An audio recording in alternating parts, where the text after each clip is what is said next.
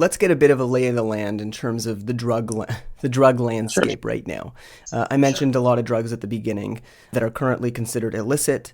What is the status of them? Because I know they're being researched for a lot of different things: post-traumatic stress disorder, depression, OCD. Which are the drugs that are really on the horizon that are being heavily researched and potentially will be legalized and potentially prescribed by doctors in the Definitely. future? Well, many of the drugs that are in the popular consciousness associated with the psychedelic 60s seem to be coming back as wearing the clothes of medicine. And so these are LSD is one that's being trialed for various psychological issues, including alcoholism and anxiety. Psilocybin from so-called magic mushrooms is being brought back as a potential adjunct to forms of psychotherapy for people who have all sorts of issues, including otherwise untreatable depression.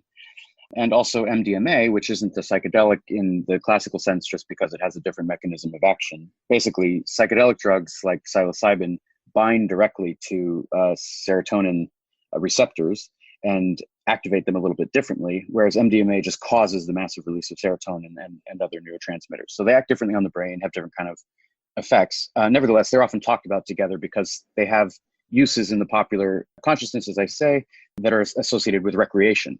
But now what's happening is that people are recognizing that they may have massive treatment effects, just underlying the principle we've been talking about so far. Here's a drug that has multiple effects. It can make you feel high. It can make you experience alternative states of consciousness that certain people find valuable or interesting in one way or another.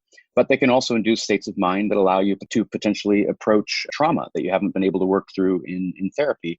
And so now it's these therapeutic effects that are getting the bulk of the attention. And researchers are trying to be very, very careful to study these in a responsible way so that a backlash isn't triggered, so that these drugs are available going forward for use in a clinical therapeutic setting as the data come in and they're shown to be safe and not have the kinds of harmful effects that are common in misuse or recreational use combined with other drugs and so on.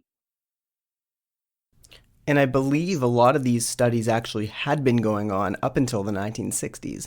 And then they were kind of derailed because of the psychedelic movement as part of the 60s when, I don't want to say things got out of control, but psychedelics took off for different intentions than therapeutic. And then it's resurged over the last decade or so, which is interesting because in that quote you said before, a lot of what's considered legal or illegal, moral or immoral is really just a Yeah, I function of mean, well, one history. example of this is the treatment of marijuana, and that's has a history that's steeped in racism, and now it's sort of turning into a medical drug. So its reputation as being just something that people do to space out is starting to change as people are beginning to understand what they characterize as medicinal uses of this drug.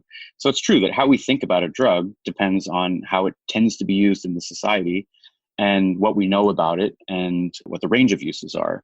This is definitely something that's happening now where the connotations of these drugs that were previously mostly associated with hippies and so forth are gaining a different kind of a connotation given the new uses to which they're being put.